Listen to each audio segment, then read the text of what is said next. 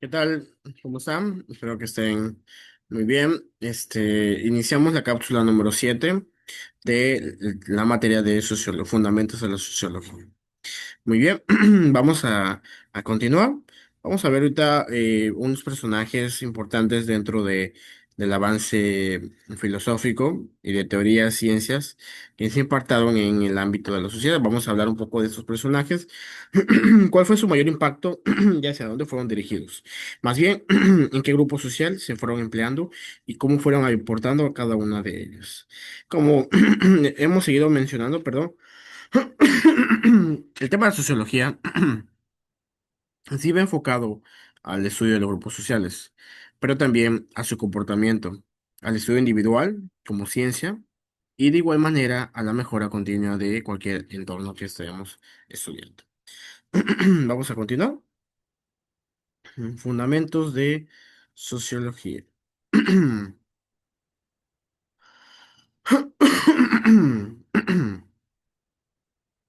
Muy bien.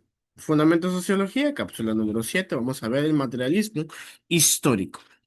El materialismo histórico es la teoría de Karl Marx y de Friedrich Engels, que sostiene que las condiciones materiales y económicas de una sociedad, especialmente los procesos de producción y la realización de clase, son la base que determina su desarrollo y cambio histórico.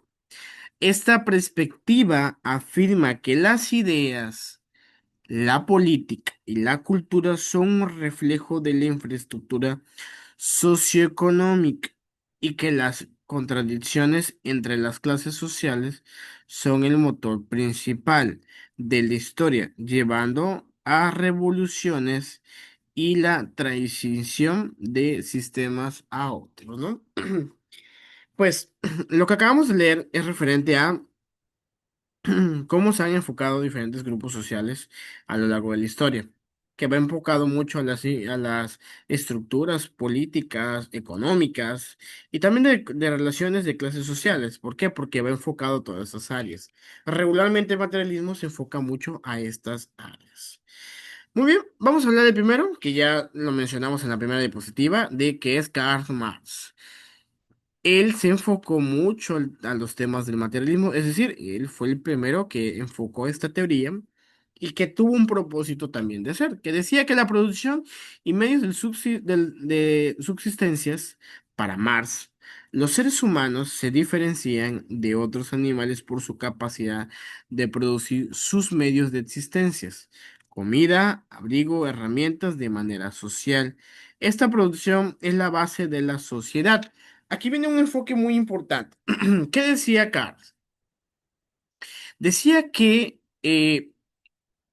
como nosotros, como humanos, tenemos a una supervivencia muy exacta o muy completa, a diferencia de los animales, porque los animales también buscan la supervivencia, pero podemos observar en la vida salvaje es muy difícil, y incluyo a algunas manadas, pero es muy difícil que puedan subsistir entre ellos mismos de una manera pacífica.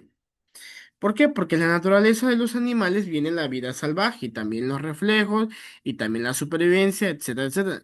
Incluso hay manadas donde tienen que comerse al más débil para poder subsistir. Es un poquito cruel, pero desafortunadamente así es la vida de los animales, ¿no?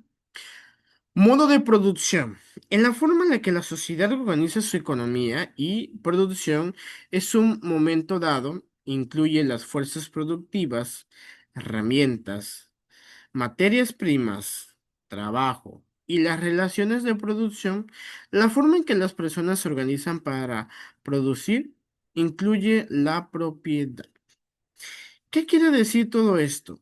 El modo de producción, él recalcó mucho que ya en estas épocas, podemos decir que en la época de 1818 a 1883, estas formas de pensar y de visualizar la vida de la sociedad ya era más común. Hablamos de economía, hablamos de infraestructura de productividad, herramientas, desde los primeros carros con llantas, los cambiaban con caballos, etcétera, etcétera, etcétera.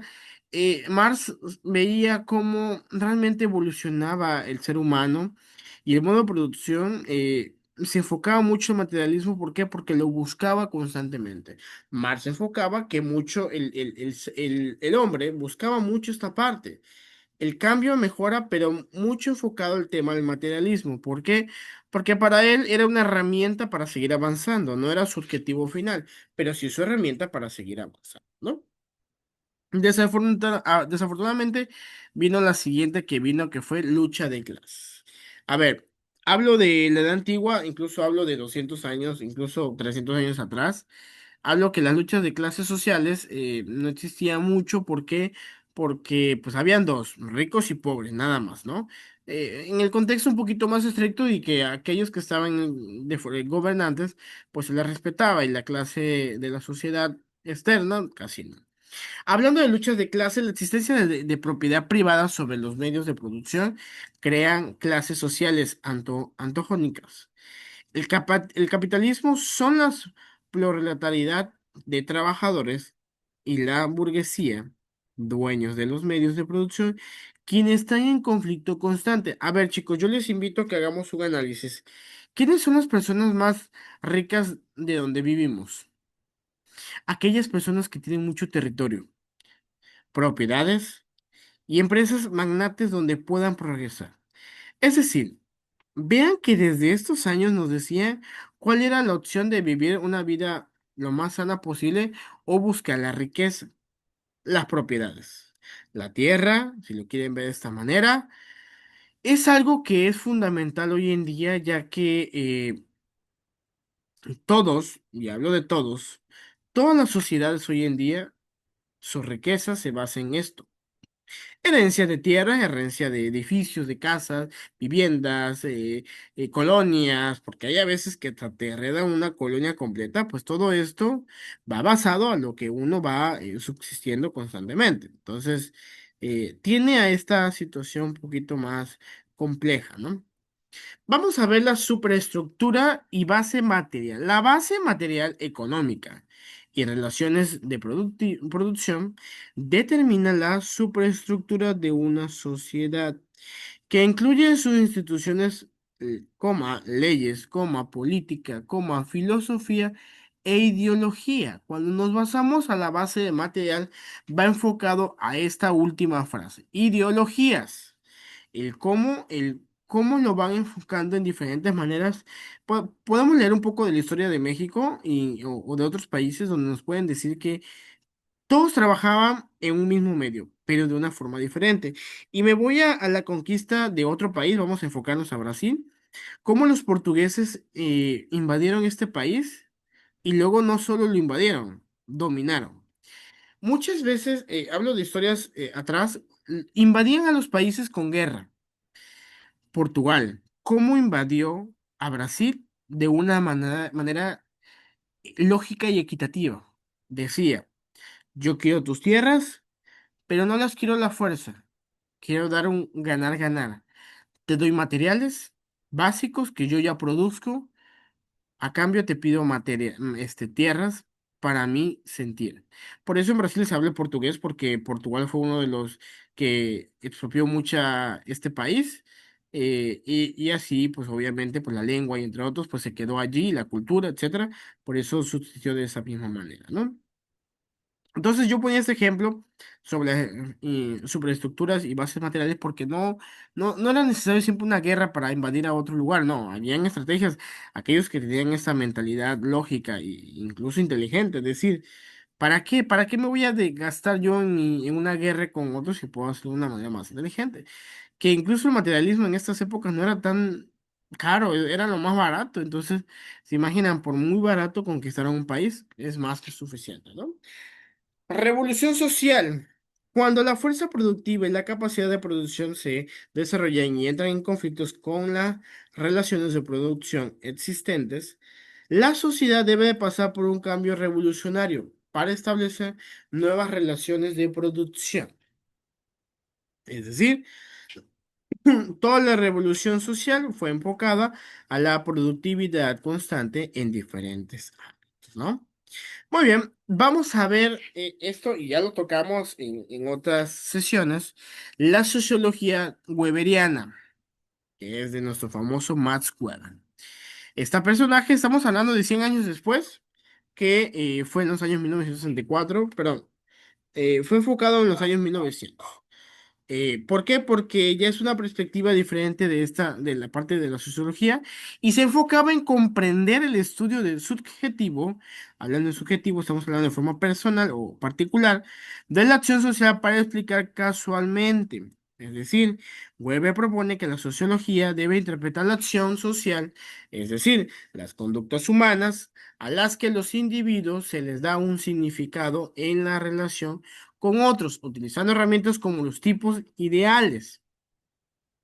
Sus conceptos claves incluyen los cuatro tipos de acción social: racional, con arreglo a fines, con arreglo a valores, tradicional y afectiva. Y el estudio de la racionalización de la sociedad moderna. Es decir, va más enfocado al tema racional. Max Weber iba más estricto en esta parte. Sí se enfocaba a una parte individual de manera social y a los grupos internos que se generaban en un grupo mismo, ¿no? Pero a la parte racional fue la clave de su aportación a la historia de la sociología. ¿Por qué? Porque no fue tan considerado en muchos temas y era muy riguroso, y decía que era enfocado de esa misma manera y se tenía que ver de esa misma manera. Max Weber tiene esta perspectiva del estudio de la humanidad de esta misma manera, ¿no? Y por último tenemos el método weberiano, los tipos ideales y la imputación casual, que va enfocado, el método weberiano va enfocado a esta, ay, perdón, calma, va enfocado sobre esta misma área. Es decir, la interpretación de Western, el paso fundamental para la sociología comprensiva, que buscaba comprender el estudio subjetivo de la acción social. Los tipos ideales, construcción analíticas, que permiten entender la complejidad de la acción social. No son descripciones de la realidad, sino herramientas para conceptualizar y contrastar fenómenos sociales.